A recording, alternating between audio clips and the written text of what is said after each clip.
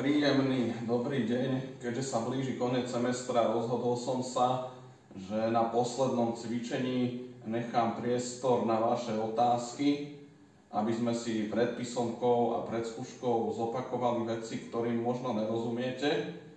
A preto som sa rozhodol teraz vo forme videa dopočítať tie posledné príklady, ktoré sme nestihli na minulom cvičení.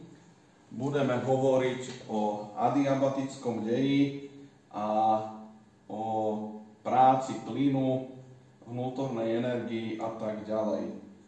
Nebudem to zdržiavať, hneď skočíme na príklad 8.12 z tej modrej knižky. 8.12. Budem písať opäť, čo je zadané. Takže kompresný pomer dieselového motora je R. R rovná sa V1 lomeno V2, pričom V1 rovná sa 1 liter, je počiatočný objem valca, V2 je objem na konci kompresie, takže tu nemáme napísané, koľko to je.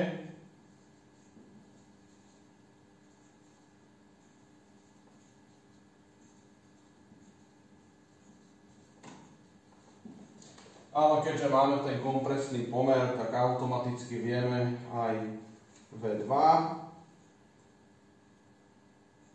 Na začiatku kompresie je vo válci vzduch s teplotou T1 rovná sa 20 stupňov a P1, takže T1 rovná sa 20 stupňov Celzia, P1 rovná sa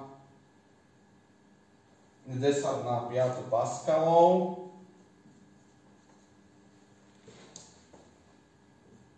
A máme vypočítať P2, ďalej máme vypočítať P2 a máme ešte vypočítať, akú prácu vykonajú vonkajšie sily pri kompresii. Práca konaná na plyne okolím, takže to je V, rovná sa otáznik. A píšu, že je to dvojatomárny plyn, takže kappa sa rovná 1,4. Dobre, ako postupovať v tomto príklade? Vždycky si treba urobiť ten zápis, možno by sa hodil obrázok, ale je to klasický valec, tak nebudem to nejako v zásade komplikovať zbytočným obrázkom, by som nakreslil len valec, ktorý sme už mali minule nakreslený niekoľkokrát. Takže postup v týchto príkladoch je vždy rovnaký, to znamená, v prvom kroku pozrieme sa, či sa to nedá to riešenie uhádnuť, ale nič mi nenapadá. Druhá vec, pozrieme sa, či to, na čo sa nás pýtajú, nie je v nejakej forme zadané. Že to treba len nejakou konštantou prenásobiť, nevyzerá. Takže tretí krok je ako vždy stavová rovnica. Pretože my máme ten plyn v tom válci na začiatku, zmení sa jeho stav, tak máme stav na konci a keďže to je stále ten istý plyn v tom válci, tak vieme povedať, že ten počet molekúl, látkové množstvo alebo hmotnosť plynu sa nám tam zachovalo, takže vieme nejakým spôsobom vyjadriť vzťah medzi stavom na začiatku a stavom na konci. Tak sa na to poďme priamo pozrieť. Takže z klasickej stavovej rovnice v tvare P krát V rovná sa N krát K krát P si vyjadríme N a vyjadríme ho pre prvý stav a pre druhý stav, takže z toho nám vyjde P P1 V1 lomeno K krát P1 rovná sa P2 V2 lomeno K krát P2. Káčko sa nám vykráti, takže to je super. Bum. A ešte môžeme dosadiť za V2, lebo V2 nie je zadané, takže ho vyjadríme pomocou toho, čo máme zadané. A to je V1 a kompresný pomer, takže V2 sa rovná V1 lomeno R. Keď to sem dosadíme, dostaneme P1 V1 lomeno T1 rovná sa P2 lomeno T2 a za V2 dosadíme V1 lomeno R. V1 sa nám vykráti a zostane nám P1 lomeno T1 rovná sa P2 lomeno T2 krát R. Keďže mám malú tabulu a sa mi tu nezmestí všetko, čo budem potrebovať, tak ja tuto hore napíšem ten výsledok, ktorý nám z toho vyjde. A teraz je otázka, čo bude z toho najlepšie vyjadriť. To zatiaľ neviem, takže ja si sem celú rovnicu prepíšem. Takže P1 lomeno T1 rovná sa P2 lomeno T2 krát R v menovateli.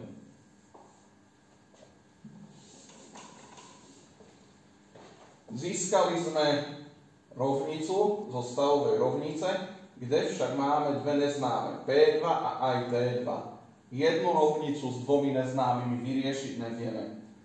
Takže so stavovou rovnicou sme si nepomohli, ale pomôžeme si s tým, že je to adiabatický dej, pri ktorom musí platiť P1 V1 na kappa sa rovná P2 V2 na kappa a platí to preto, že pre adiabatický dej platí, že toto je rovné P krát V na kappa a je to rovné nejakej konštante. Poďme pokračovať s tou prvou časťou, ktorú tuto už máme. Takže rovnaký krok, ako sme už urobili, za V2 dosaďme kompresný pomer, cez V1 a kompresný pomer.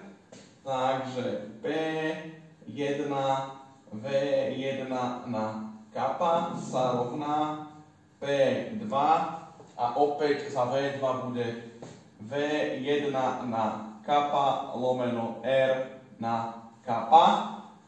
A z toho nám vypadne V1 na kappa, pretože sa nám to vykráti a získame P1 rovná sa P2 lomeno R na kappa.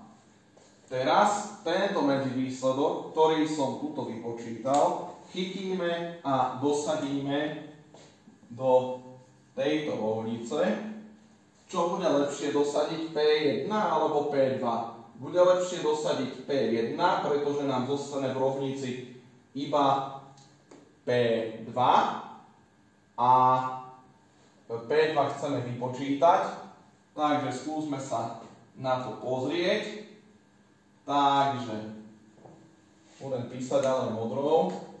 Dosaďme to tam, takže vyjde nám P2 deleno P1 R na kappa rovná sa P2 lomeno T2 krát R. P2 sa nám vykrátia čo je dobré, lebo v tejto rovnici je neznáma aj P2, aj T2, takže stále by sme mali jednu rovnicu s dvomi neznámymi, ale keďže sa nám tie P2 vykrátia, tak nám zostane T1R na kappa rovná sa T2 krát R.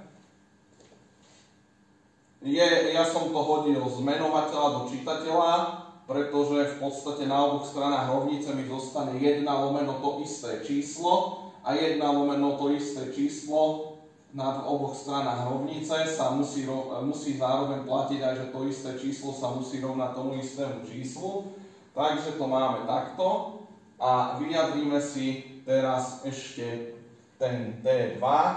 Tak T2 nám z tohoto vyjde, že je T1 R na kappa podelené R a to je podľa môjho názoru a podľa názoru matematikov dúfam, že tiež T1 krát za R na kappa minus 1. Máme vypočítané T2, to je dobré. Teraz by sme mali vypočítať ešte P2, ale keďže už vieme T2, tak to stačí dosadiť tuto do tej rovnice, ktorú sme získali do stavovej rovnice a mal by nám výjsť výsledok. Takže poďme sem. Takže do tejto rovnice idem dosadiť tento výsledok. Poďme na to. P1 lomeno T1 rovná sa P2 a dosadíme za T2, to je T1 R na kappa minus 1 a ešte to R, ktoré nám tu zostalo. A ja teraz, keď sa na to pozerám, tak mi z toho vyjde, že T1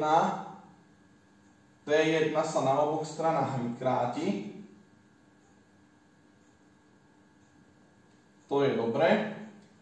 A takže sa to rovná.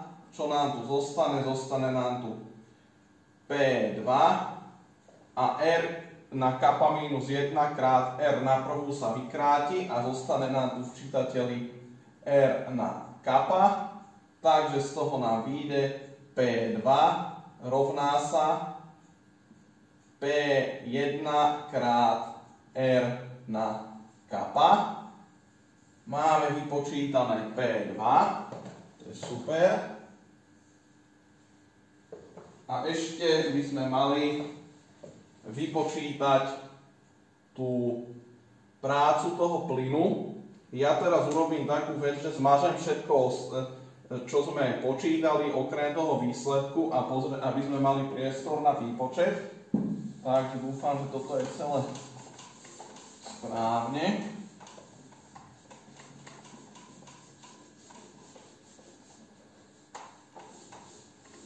A ideme pokračovať. Vo všeobecnosti práca sa rovná V rovná sa integrál od V1 po V2 P krát dV.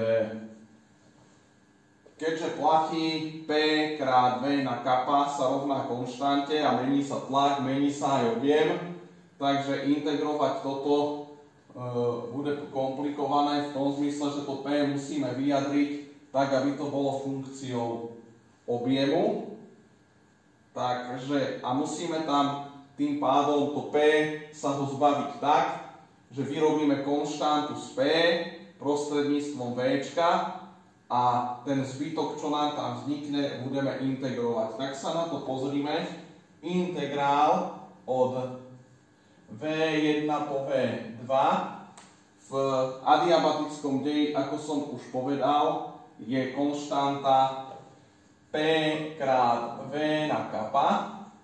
Takže máme tam konštantu, ktorú keď budeme integrovať, môžeme vyhodiť pred integrál. No ale zároveň tam musíme dať ešte aj, keďže sme to prenásobili V na kappa, musíme to v menovateli podeliť V na kappa a dať sem dV. A toto už je vlastne integrál z takejto funkcie. Takže je to P krát V na kappa krát integrál od V1 po V2 z V na minus kappa dV. Poďme ďalej integrovať, takže P krát V na kappa sa zachová, to odpíšeme a teraz tam dáme ten výsledok toho integrovania a keď to zintegrujeme, budeme mať výsledok v hraniciach od V1 po V2 a bude to V na 1 minus kappa lomeno 1 minus kappa. A teraz to tam ideme ešte trošelinku poupravovať. Dosadíme hranice.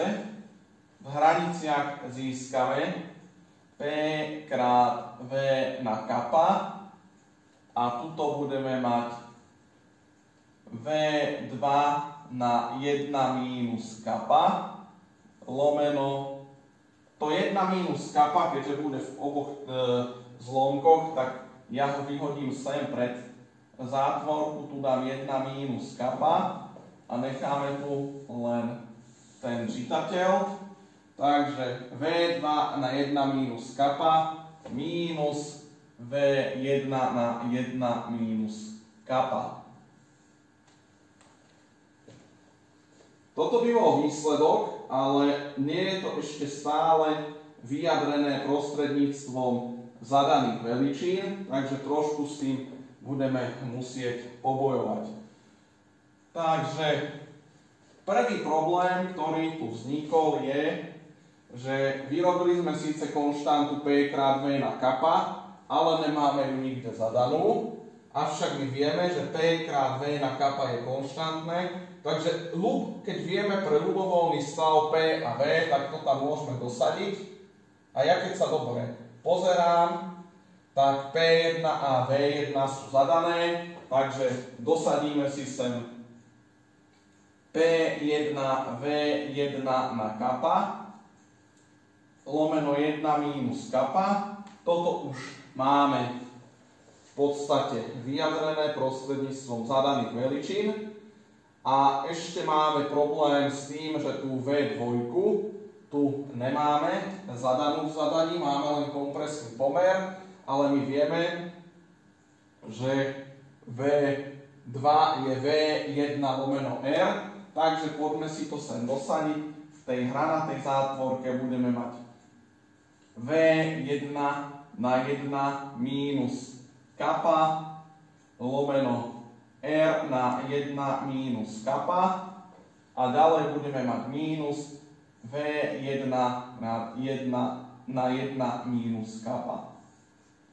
V podstate máme výsledok, ale ešte by sa tu dalo trošilinku pobojovať s tým výsledkom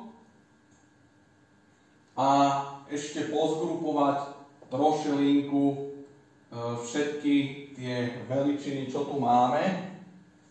Takže pre tou zátvorkou to 1 minus kappa a P1 s tým asi nič neurobíme, takže P1 lomeno 1 minus kappa a pozrime sa, čo nám tam zostane, lebo tuto je V1 na kappa a tu nám čo to aj zostane. Takže keď zgrupíme V1 na kappa z V1 na 1 minus kappa, tak budeme mať tam už iba V1. To je super. Takže dajme si túto do zátvorky. V1 lomeno R na 1 minus kappa. A ešte nám tu zostane mínus V1. To je super, ešte tá V1 by sa dala hodiť pred zátvorku. Takže tuto budem pokračovať. To sa rovná P1 V1 lomeno 1 minus kappa. A v tej zátvorke nám zostane 1 lomeno R na 1 minus kappa minus 1. Akurát, že tento menovateľ môžeme hodiť do čitateľa tak, že ho prenásobíme minus jednotkou. Takže nám zostane R na kappa minus 1 minus 1. Výsledok, aby to aj jednotkovo sedelo, by mal byť P krát V krát nejaké bezrozmerné konštanty. 1 minus kappa je konštanta, toto v zátvorke je tiež konštanta, takže toto je výsledok. Príklad 8.12. Tak krátkým strihom sa nám zotrela tabula a môžeme pokračovať ďalším príkladom.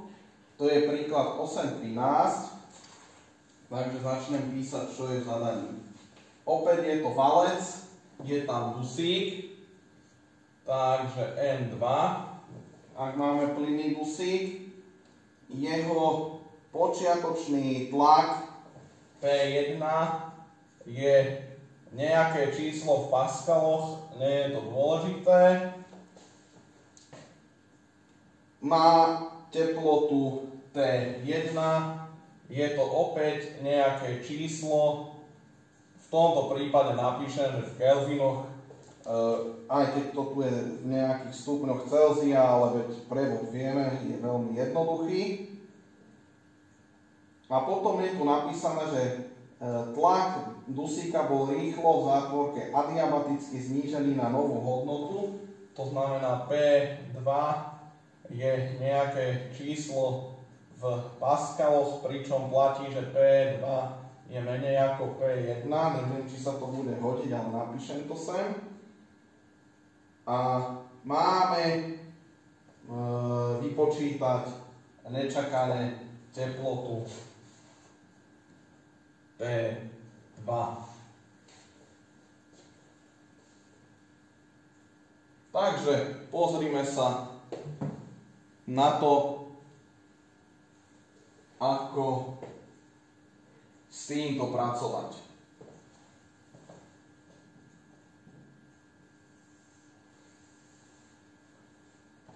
Opäť sa pozrime, či uhádneme riešenie, ja myslím, že nie. Takže budeme musieť pokračovať buď so stavovou rovnicou, alebo s tým postupom, že si pamätáme, čo platí pre adiabatický dej. Mne sa zdá z nejakého dôvodu, že v tomto prípade začnem s tým adiabatickým dejom. V predchádzajúcom príklade sme s ním končili, tak tu s ním začnem. Tak sa na to pozrime. Vo všeobecnosti pre adiabatický dej platí, že P krát V na kappa rovná sa nejakej konštante. Len pre pripomenutie, v zadaní je napísané, že je to dvojatomárna molekula, že je to dusík. Kappa sa tým pádom rovná počet stupňov voľnosti plus 2 lomeno počet stupňov voľnosti. Počet stupňov voľnosti pre dvojatomárne molekuly je 5, takže kappa sa rovná 7 pätín a to už je naše známe číslo 1,4. Takže kappu vieme, ale tu začne byť problém, pretože my nevieme vôbec V, my vieme, že sa ten tlak adiabaticky znížil, ale nevieme, ako sa mení V. Takže opäť sa tu pôjde postupom, že budeme kombinovať tento vzťah pre adiabatický dej a stavovú rovnicu. Takže skúsme si napísať, čo platí pre tie naše stavy toho plynu. Platí P1 V1 na kappa sa rovná P2, V2 na kappa. Problém je, že nevieme V. V zadaní je to napísané, respektíve nie je to tam nič napísané špeciálne, takže predpokladá sa, že stále pracujeme s tým istým plynom, s tým istým množstvom. Takže skúsme si napísať stavovú rovnicu. Takže P krát V rovná sa N krát K krát T. A skúsme sa pozrieť na to, ako to vyzerá s tými objemami. Takže skúsme si tam vyjadriť niečo, čo sa bude dať pohodlne dosadiť. Takže my potrebujeme vypočítať P2, takže ja navrhujem, že vyjadríme V z tejto stavovej rovnice, zostane nám P a T a Pčka vieme na začiatku, na konci, Tčko vieme na začiatku, takže mohlo by z toho vypadnúť niečo zmysluplné. Takže pre V1 nám tu vyjde, že V1 rovná sa N krát K krát T1 lomeno P1 a pre V2 nám tu vypadne N krát K krát T2 lomeno P2. Poďme to sem dosadiť. Takže poďme na to. Na ľavú stranu P1, to sme odpísali. A teraz toto celé tam bude treba umocniť na kapu. Takže ja to najprv prepíšem, lebo sa nám tu bude niečo určite vykracovať. N krát K krát T1 lomeno P1 na kappa rovná sa, a teraz dosadíme P2 a dosadíme V2, takže ideme na to. N krát K krát T2 lomeno P2 na kappa. Teraz, keď dobre pozerám, tak N a K, respektíve N na kappa, K na kappa sa nám na oboch stranách rovnice vykráti. Takže poďme to tuto dosádzať, takže dostaneme P1, toto sa nám vykráti na oboch stranách a píšme, čo nám zostalo.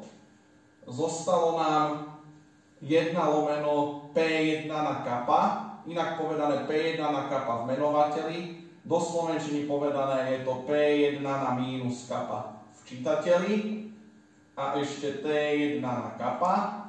A ďalej nám tu ešte na pravej strane zostane P2 a postup rovnaký, takže P2 na mínus kappa krát T2 na kappa. Tie P1 tam vieme nejakým rozumným spôsobom upraviť, takže toto keď upravíme, tak budeme mať P1 na 1 mínus kappa krát T1 na kappa sa rovná P2 na 1 mínus kappa krát T2 na kappa. Potrebujeme T2, takže T2 na kappa sa rovná,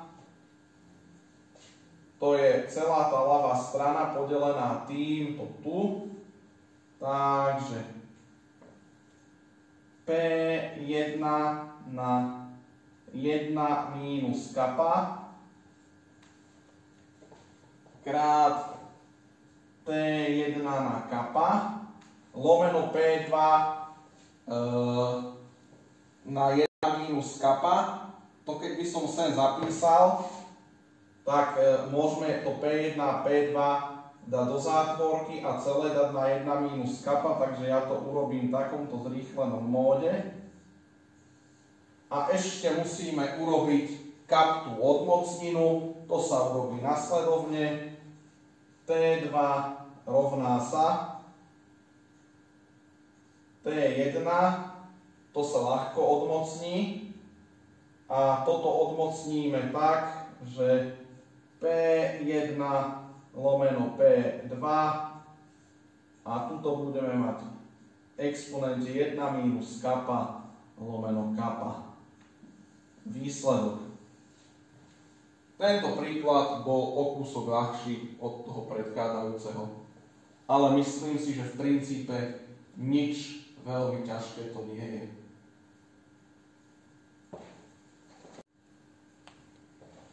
Ešte k tomu predchádzajúcemu príkladu, tam som sa trošku unáhlil. Na konci toho príkladu samozrejme ešte bolo potrebné dosadiť za kapu to I plus 2 lomeno I, ale tak to už je malý detail. Poďme na ďalší príklad, a to je príklad 8.14. A máme opäť valec s pohyblivým piestom a je tam uzavretý dusík. Neviem, či to budeme potrebovať, tak si to napíšme. N2, hmotnosť toho dusíka je 2,8 gramu. Počiatočný tlak P1 je nejaké číslo v paskaloch a potom tu máme počiatočný objem V1, je to nejaké číslo asi v metroch kubických, v litroch, alebo to je jedno. A píšu nám, že plyn bol najprv zahriatý pri konštantnom tlaku, takže zdvojnásobil pôvodný objem a potom bol zahriatý pri konštantnom objeme, takže zdvojnásobil svoj tlak. Ja myslím si, že najjednoduchšie to bude kresliť v PV diagrame, takže tuto bude tlak P, tuto bude objem V a ešte raz si to pozrime. Bol pri konštantnom tlaku, takže zdvojnásobil svoj objem, takže tuto máme V1, tuto 2V1 a tlak bol konštantný, takže tuto je bod 1, tuto je bod 2 a potom ďalej píšu, že bol zahriatý, takže zdvojnásobil svoj tlak, takže tuto keď bolo P1, tuto bude P1, respektíve P2, tak tuto budeme mať P3 a vlastne tuto bude opäť to 2V1, ktoré sa v skutočnosti rovná V2 a to sa v skutočnosti rovná zároveň aj V3. Takže klasická energetická bilancia, lebo sa nás pýtajú, že máme vypočítať teplo dodané plynu pre jeden dej samostatne a pre druhý dej. Takže Q rovná sa otáznik, respektíve Q1, 2 a Q2, 3. Ďalej máme vypočítať prácu, ktorú plyn vykonal, to je V1, 2 s čiarkou rovná sa otáznik, V2, 3 s čiarkou rovná sa otáznik. Tá čiarka, ja tam indexujem to, že to je prácu, ktorú konal plyn a nie, že to je práca, ktorá bola konaná na plyne. A ešte máme vypočítať zmenu vnútornej energie delta U1, 2 rovná sa otáznik a delta U2, 3 rovná sa otáznik. Začneme s tou prvou časťou toho príkladu. Takže, prvá vec je to izobarický dej a poďme sa pozrieť, čo sa nám mení pri izobarickom deji. Takže zo stavovej rovnice, už to tak by sme mohli vedieť, si to pamätať, že P krát V je N krát K krát T. Takže P1 rovná sa P2 a bude to N krát K krát T1 lomeno V1 rovná sa N krát K krát T2 lomeno V2 a vyjde nám, že T1 lomeno V1 rovná sa T2 lomeno V2. A musíme začať špekulovať nad tým, že čo sa nám tam všetko deje. V klasickom plyne tam nám platí tá klasická rovnica, že zmena vnútornej energie sa rovná práca konaná na plyne plus dodané teplo, alebo platí tá bilancia v tejto podobe, zmena vnútornej energie plus práca plynu sa rovná dodanému teplu. Takže tu musíme začať premýšľať, ako tie jednotlivé členy môžeme vyjadriť. Tak, ja navrhujem, aby sme začali s tou prácou, pretože to si myslím, že sa bude pomerne dobre robiť. Takže poďme na to. Asi zoberiem opäť tú červenú fixku. Takže práca rovná sa integrál od V1 po V2, ale V2 je 2V1, takže integrál od V1 po 2V1 z P krát V, P krát dV a to bude, keďže je to izobarický dej, tak ten integrál P je konštanta, takže nám z toho vyjde, že to je P krát V v hraniciach od V1 po 2V1 a výsledok bude P krát V1. Takže to by sme mali. S tým teplom som hovoril, to je vždy problém, pretože teplo vieme len vypočítať obvykle, že máme ho vyrátať, alebo je dané prostredníctvom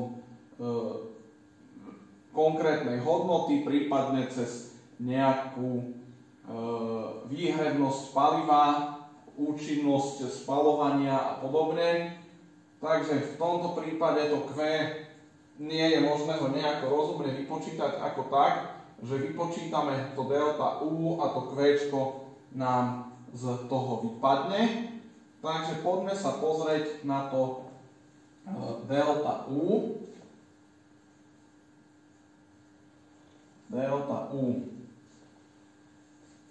Tú zmenu vnútornej energie vypočítame ako celkovú sumárnu zmenu kinetickej energie všetkých častíc v tom plyne.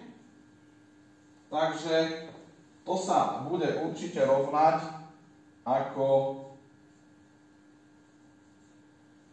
N krát a ja sem napíšem, že stredná kinetická energia na konci mínus stredná kinetická energia na začiatku. Pre strednú kinetickú energiu nám platí vzťah, ja si to len pre istotu pozriem, aby som to nepokazil.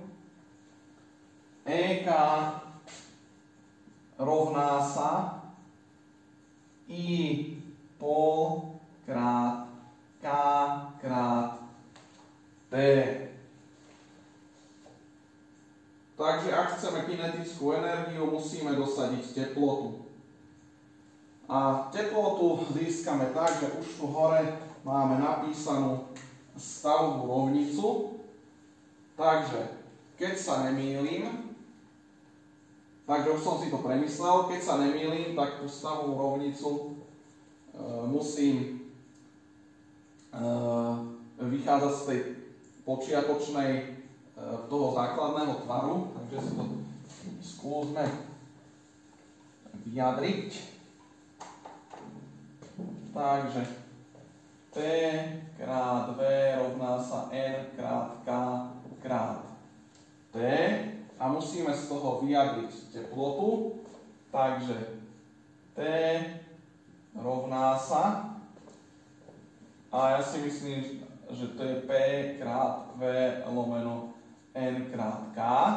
A teraz túto stavovú rovnicu budeme musieť dosadiť túto do tohoto vzťahu. Takže ja najprv ten vzťah upravím s tým, že tam dám to I pol KT. A ten vzťah bude vyzerať takto. Delta U rovná sa N krát I pol krát K bude konštanta, takže to hodíme sem. A teraz dosadíme do zátvoriek len koncovú minus začiatočnú teplotu a to bude P2V2 lomeno N krát K minus P1V1 lomeno N krát K. Našťastie N krát K sa nám vykráti a získame, že delta U rovná sa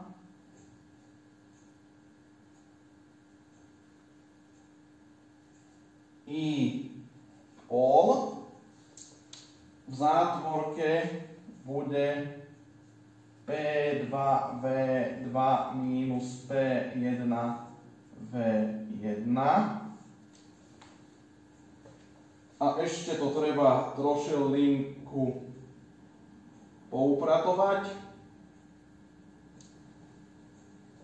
Takže za P2 a V2 dosadíme. P1 rovná sa P2, to je super, ale V2 sa rovná 2V1, takže keď to upracujeme, tak získame, že delta U rovná sa I pol a budeme mať P1V1, lebo toto P2 je tiež P1 a V2 je 2V1, takže máme 2 krát P1V1 minus P1V1, to je iba P1V1. Takže už máme zmenu vnútornej energie. Tuto máme prácu. Tak keď chceme vypočítať dodané teplo, tak musíme to sčítať. Takže vo všeobecnosti sa na to pozrime. Budem pokračovať sem. Q rovná sa delta U je P1V1, tu som zabudol napísať index. P1V1 plus I pol P1V1. Ičko je zadané? Je, pretože je to dusík, takže Ičko je 5. Takže aj tuto môžeme na to delta U napísať, že je to 5 polovíc P1V1. A tuto môžeme sčítať 5 polovíc plus 1 celá, a to je 5 polovíc plus 2 polovice, takže Q rovná sa 7 polovíc P1V1. To je prvá časť príkladu. Ja to teraz zmažem. Takže ja som to tu trošku zmazal a prepísal som aj ten graf, aj toto. Možno sa nám to bude hodiť, neviem.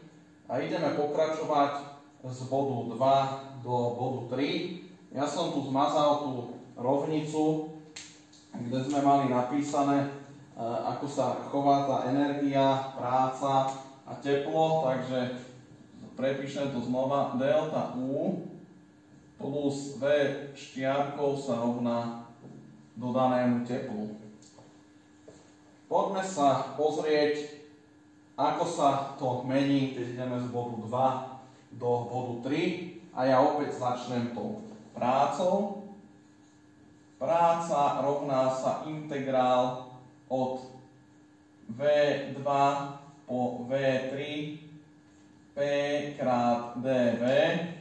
A nemusíme byť veľký matematický lumení, aby sme videli, že keďže V2 a V3 sa rovnajú, že ten integrál bude nulový, ale formálne to môžeme ešte prepísať, že je to integrál od 2V1 po 2V1 P dV a to sa rovná 0.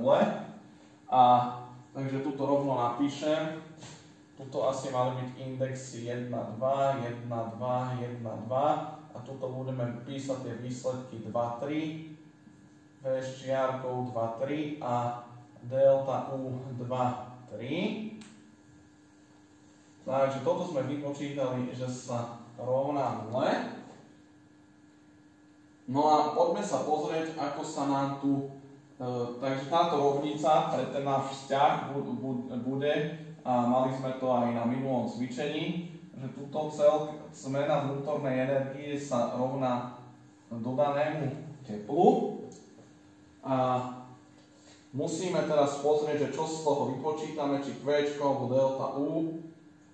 A opäť budeme postupovať ako v predchádzajúcom príklade, že vyjadríme toho delta U, takže akurát, že tuto budeme mať trošku iný dej a tu máme dej izochorický. Takže si to poďme pozrieť.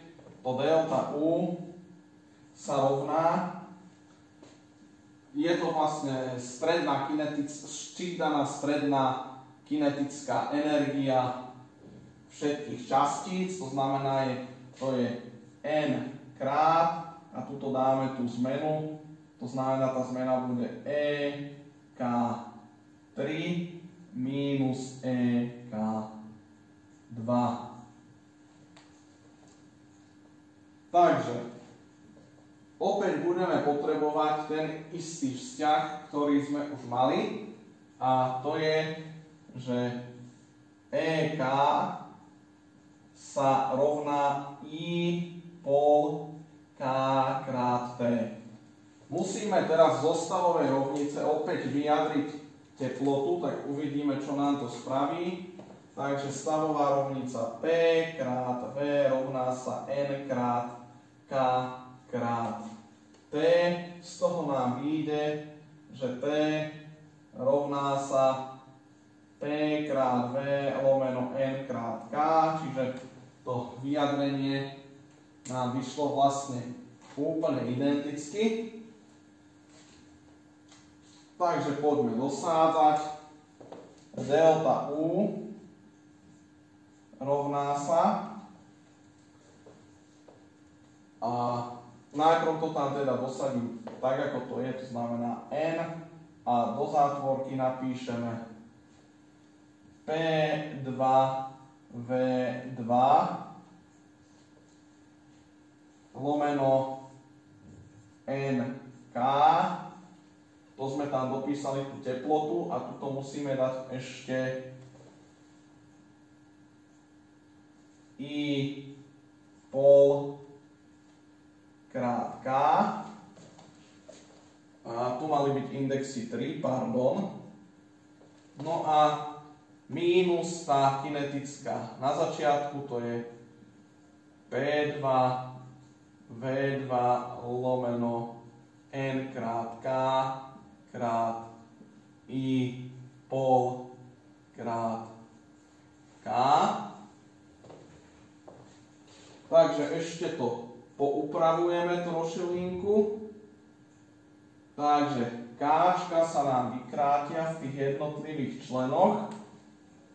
Ďalej tu máme ešte aj Nk.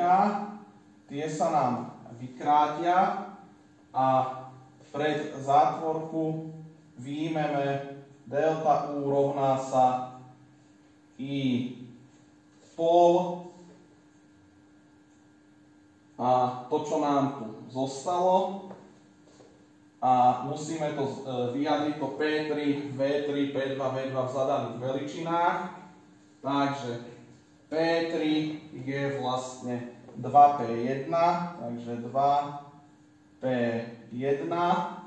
V3 je vlastne 2V1, takže 2V1 minus P2 je rovné P1, takže tuto nám zostane P1 a V2 sa rovná 2V1, takže 2V1. To som napísal škaredo, ale to nevadí. A teraz sa na to pozrime.